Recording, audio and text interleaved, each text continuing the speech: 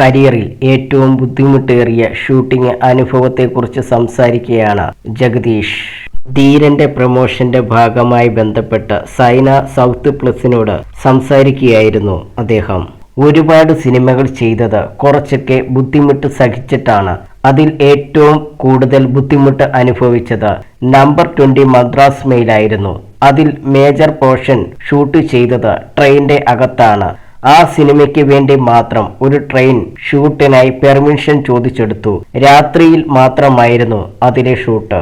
രാത്രിയിൽ ട്രെയിനിൽ കയറിയാൽ രാവിലെ വരെ ഷൂട്ടായിരുന്നു. ഷൂട്ട് ഇല്ലാത്ത സമയത്തും ആ കമ്പാർട്ട്മെന്റിൽ തന്നെ ഇരിക്കേണ്ട അവസ്ഥയായിരുന്നു.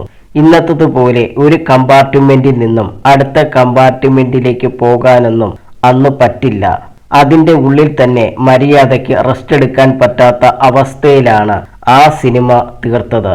പിന്നീട് അതുപോലെ റിസ്ക് എടുത്ത് ഷൂട്ട് ചെയ്തത് ധീരനിലാണ്. കാരണം ഈ സിനിമയിൽ ഞാനടക്കമുള്ള ആർട്ടിസ്റ്റുകളെല്ലാം ഭൂരിഭാഗം സമയത്തും ആംബുലൻസിന്റെ അകത്താണ്. അതിൽ അഡ്ജസ്റ്റ് ചെയ്ത് ഇരുന്നാണ് പോയത്. സിനിമയ്ക്ക് ആവശ്യമാണെങ്കിൽ അത് ചെയ്യുന്നതിൽ ഒരു മടിയുമില്ല എനിക്ക്, ജഗദീഷ് പറഞ്ഞു.